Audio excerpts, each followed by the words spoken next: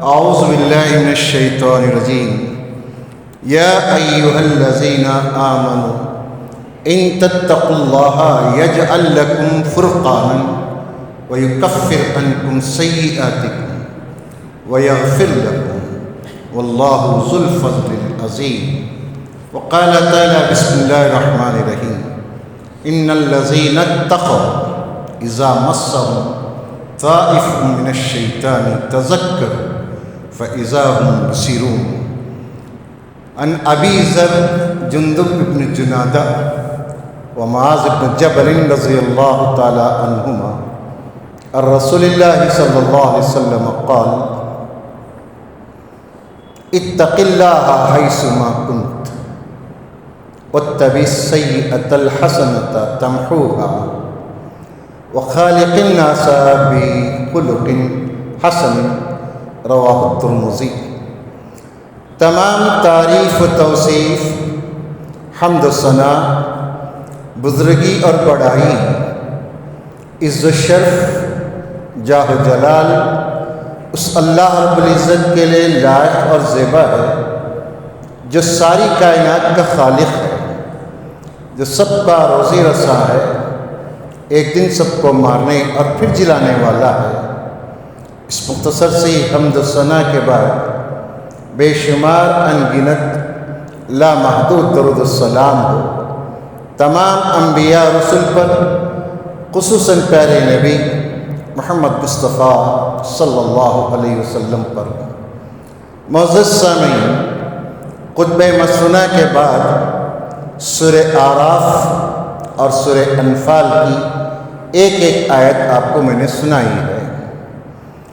اللہ تبارک و تعالیٰ کلام پاک میں انسان کے لیے وہ ساری باتیں، وہ ساری تعلیمات ذکر کیا ہے جو اس کی دنیا اور آخرت کو بنا سکتے ہیں.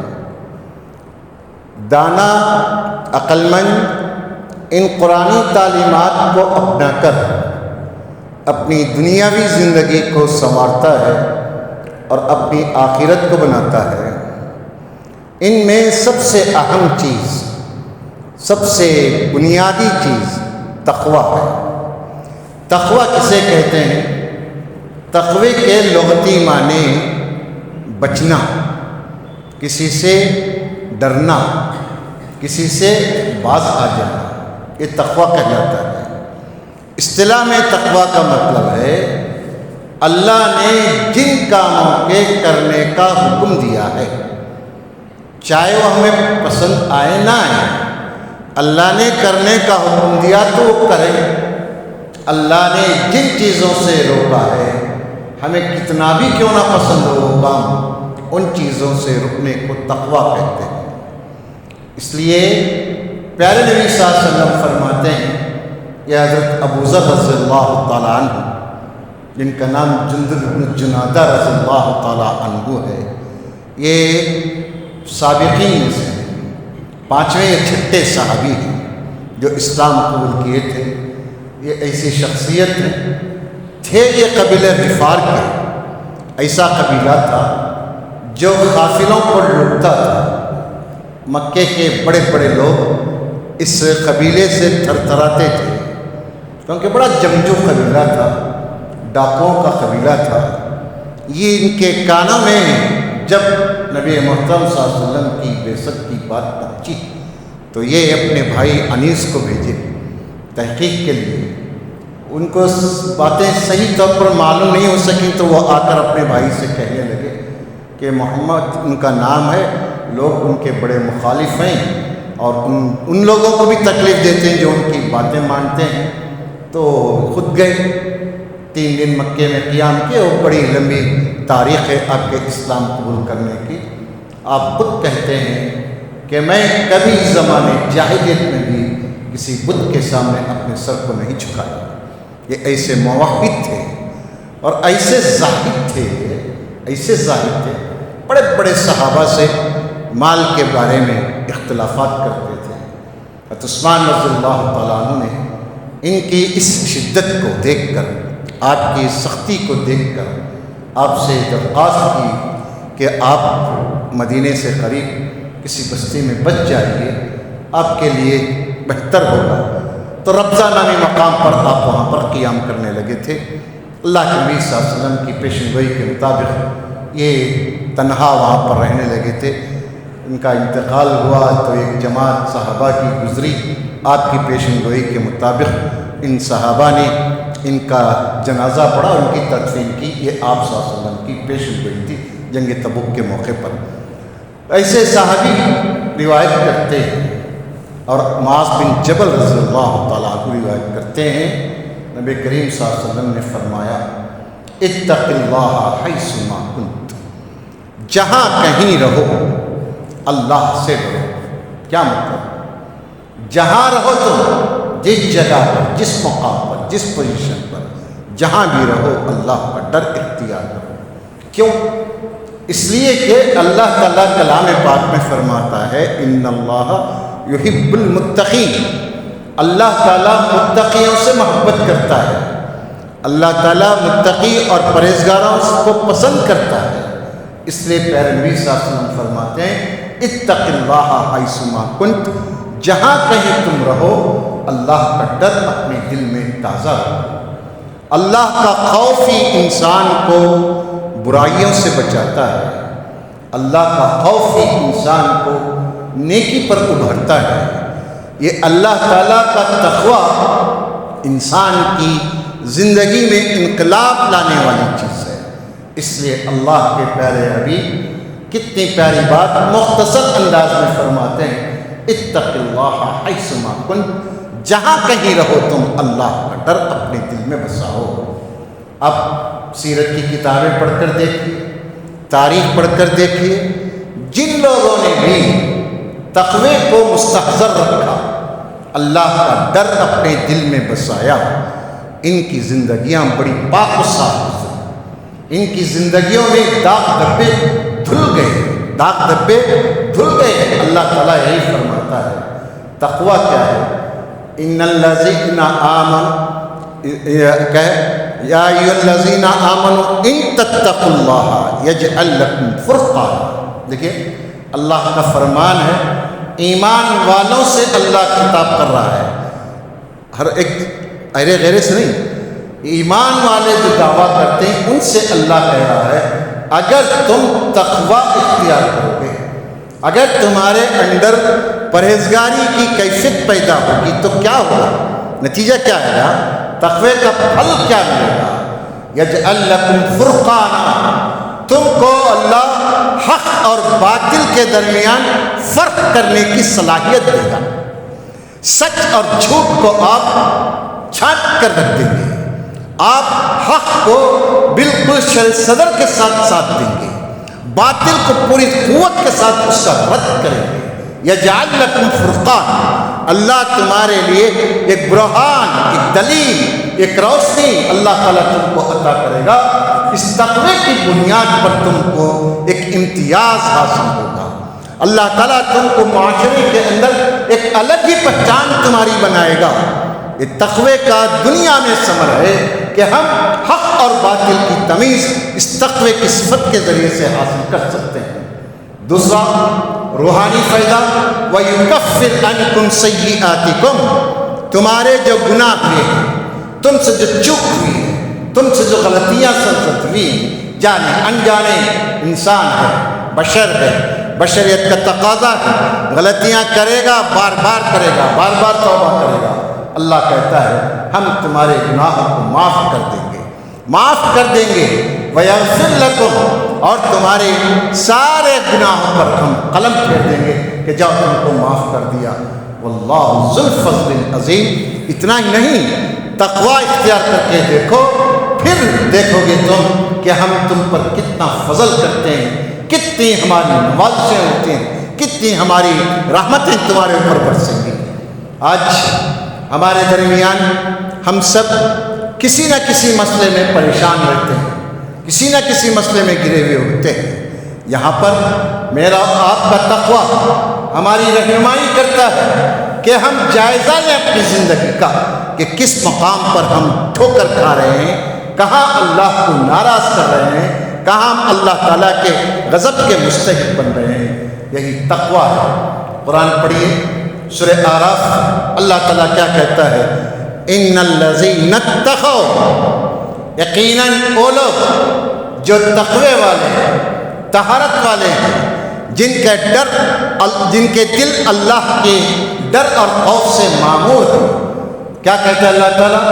اذا مسهم طائف من الشیطان، جب شیطان کی طرف سے کوئی اس کو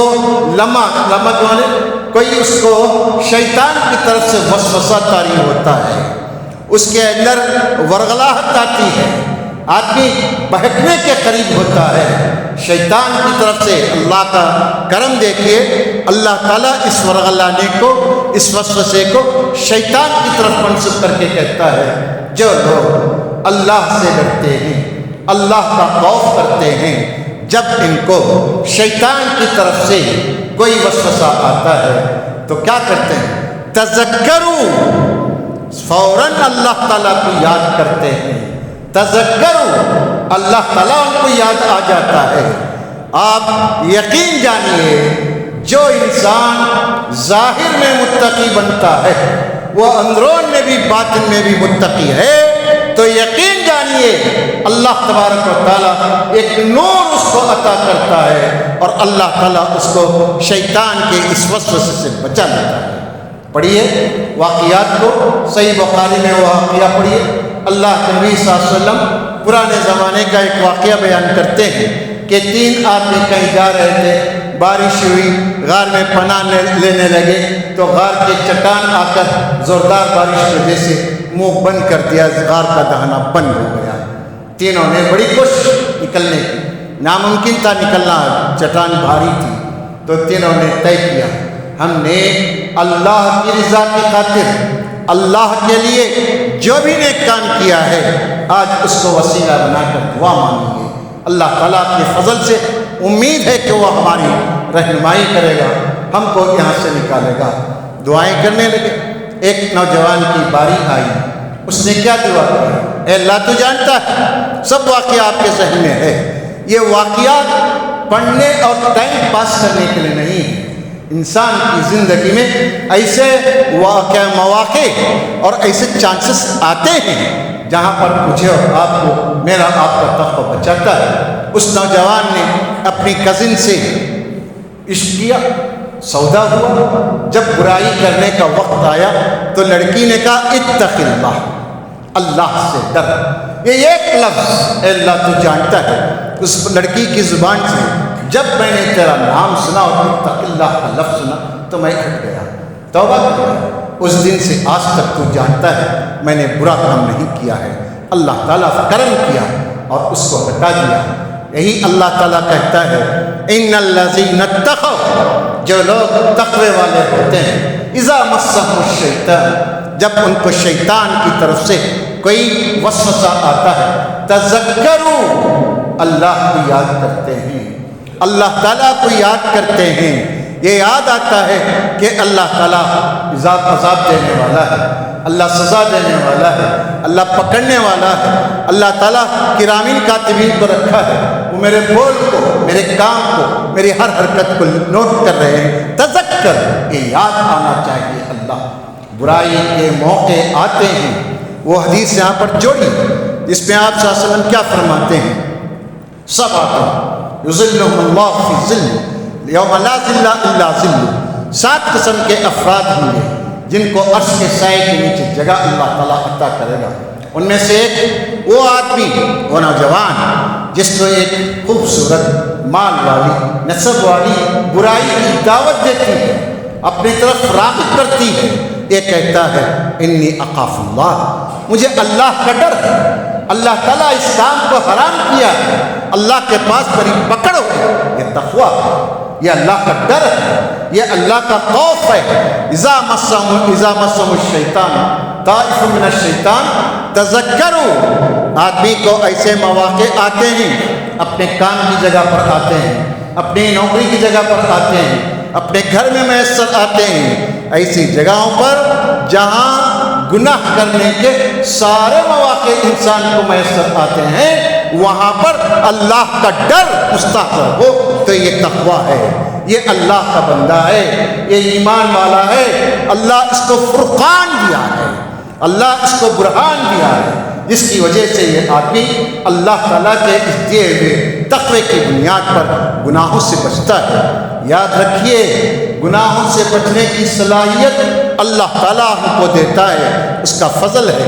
لا حول ولا قوت الا باللہ کیوں پڑھتے ہیں؟ اس لیے کہ ہمارا یہ عقیدہ ہے، ہمارا یہ ایمان ہے کہ گناہوں سے روکنے کی طاقت صرف اللہ تعالیٰ کی ہے۔ نیکیوں کی صلاحیت، نیکیوں کی طرف لے جانے والی طاقت اور قوت بھی سوائے اللہ کی کسی کی نہیں ہے۔ یہ ایمان کی باتیں ہیں۔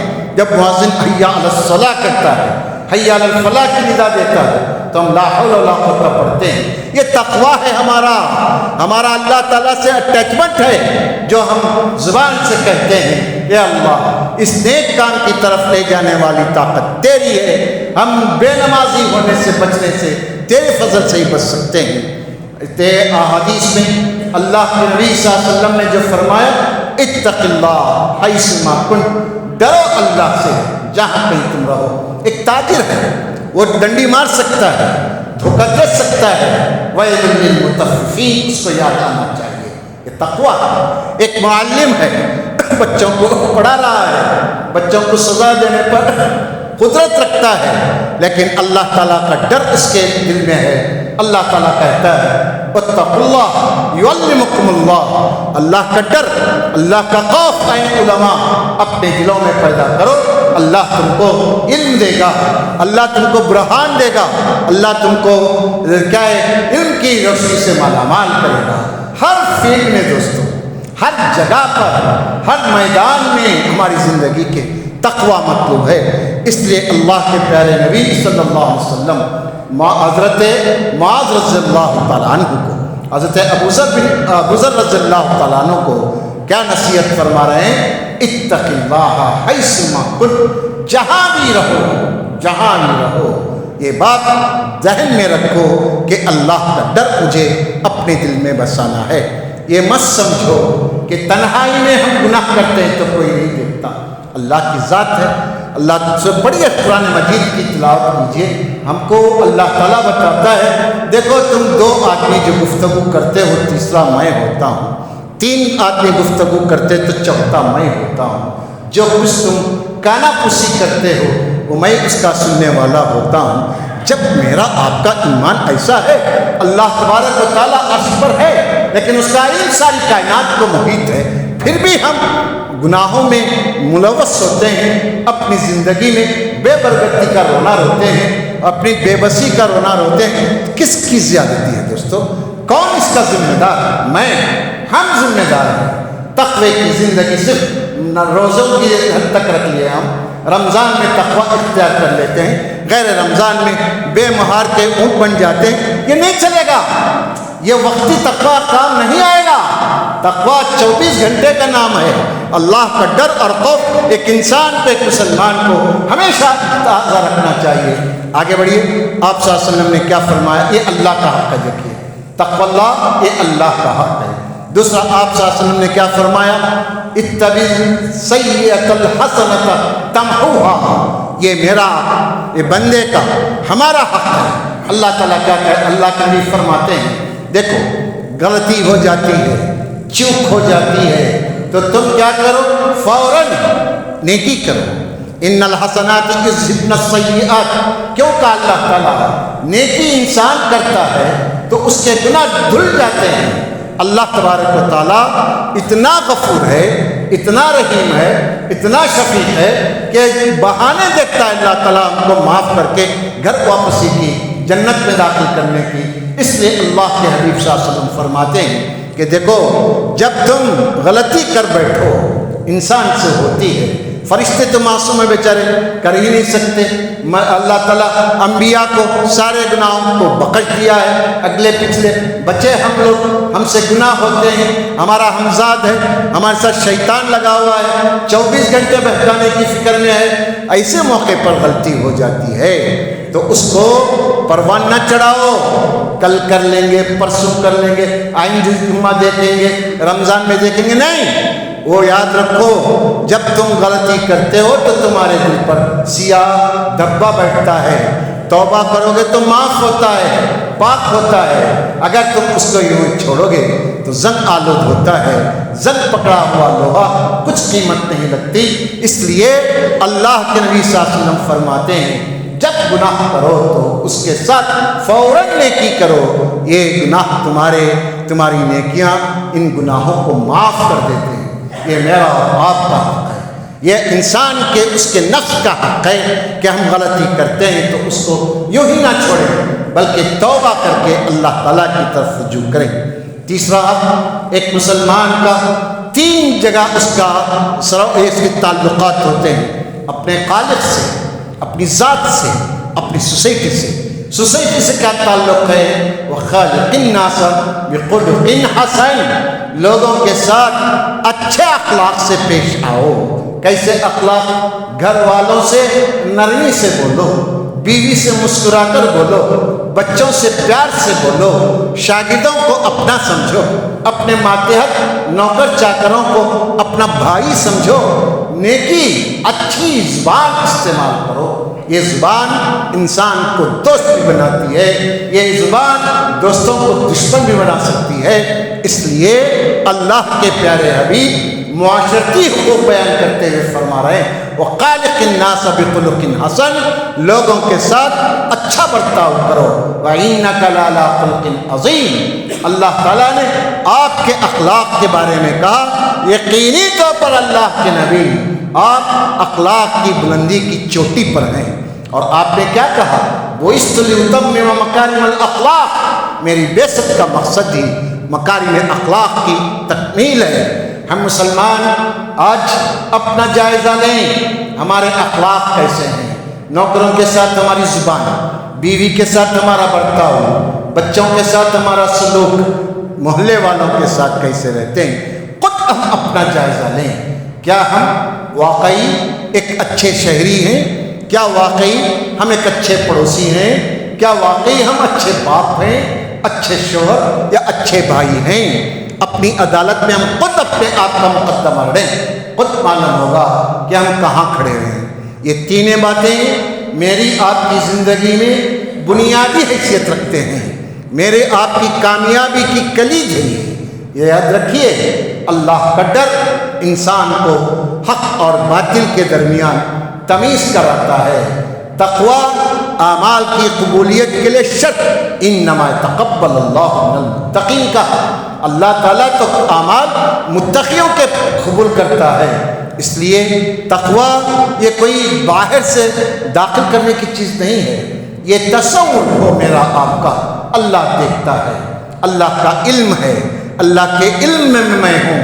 یہ ضمیر کو بیدار رکھیے، ضمیر کو مت ماریے۔ جس آدمی کا ضمیر مر گیا بیکار ہے اس کی زندگی، ضمیر کو زندہ رکھیے۔ اذا حاک فی نفسک فهو المنکر، میرا دل، میرا ضمیر مجھے منکر اور معروف کو بتاتا ہے۔ دوسری چیز، اپنی ذات کا خیال رکھیے، گناہوں سے اپنے آپ کو مت جلائیے، گناہوں سے اپنے آپ کو جہنم کا کندہ مت بنائیں، بلکہ توبہ کر کے جنت کے مستحق بنیں۔ سوسائٹی میں عزت حاصل کرنے کا سب سے آسان، سب سے اچھا طریقہ اچھے اخلاق ہیں۔ اللہ سے دعا ہے اللہ مجھے آپ کو، سارے مسلمانوں کو ان 3 بنیادی باتوں پر عمل کی سعادت اور توفیق نصیب فرما، ہمارے گناہوں کو معاف فرما، ہماری پریشانیوں کو دور فرما۔ مولا جو لوگ پریشان حال ہیں ان کی پریشانیوں کو دور فرما، جو لوگ تنگ دست ہیں ان کی تنگ دستی کو دور فرما، بچوں کو علم اور ہنر سے مالا مال فرما۔ ملک کے جو حالات ہیں، جس طرح کے قانون پاس ہو رہے ہیں، ان حالات میں اللہ تجھ سے لو لگانے کی ہم گنہگاروں کو توفیق عطا فرما۔ پڑھیے کیا کیا ہو رہا ہے، کیسے کیسے قوانین پاس ہو رہے ہیں ملک میں۔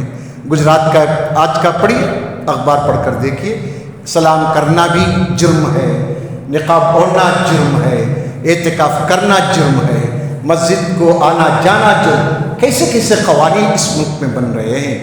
یہ سب چیزیں کیوں بن رہے ہیں؟ اللہ چاہتا ہے کہ کہ ہم اس کے بنیں، اللہ سے رشتہ مضبوط کریں۔ یہ سب چیزیں مایوس نہیں ہونا چاہیے۔ مومن مجاہدہ کرتا ہے، اسٹرگل کرنا ہمارا مقصد ہے، ہمارا فرض ہے، اس لیے اللہ کے بنیے، اللہ سے دوستی رکھیے، اللہ کی مدد ضرور آئے گی۔ اللہ ہم سب کے گناہوں کو معاف فرما۔